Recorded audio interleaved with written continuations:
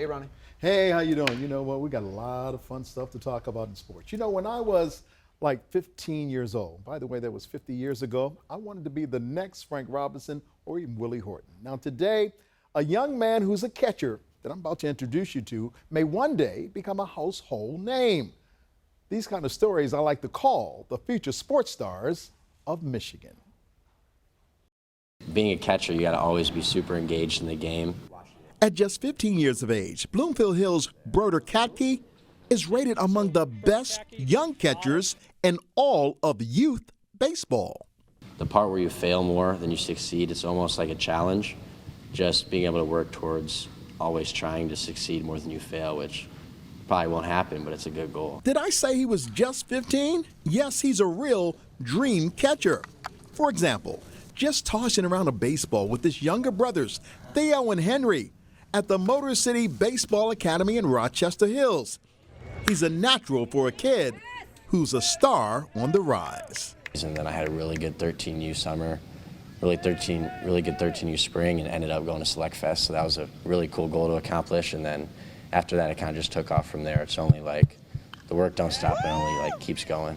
And now that he's 15, he is setting a trailblazing pace with aspirations of the big leagues, with a maturity philosophy seen more on players far beyond his years. For me, like the sport, you know, for the baseball end of it, yeah, he's awesome. That's great. But to me, it's more than that. This kid is going to go, whether he goes to the MLB, whatever he does, he's going to be very successful in life. And somebody's going to be lucky if he works for you, because he's a hell of a young man. Last year, as a member of the 13U Select Team, which showcases the best of the best baseballers nationwide. However, what caught his eye were these kids from the East Tennessee Children's Hospital.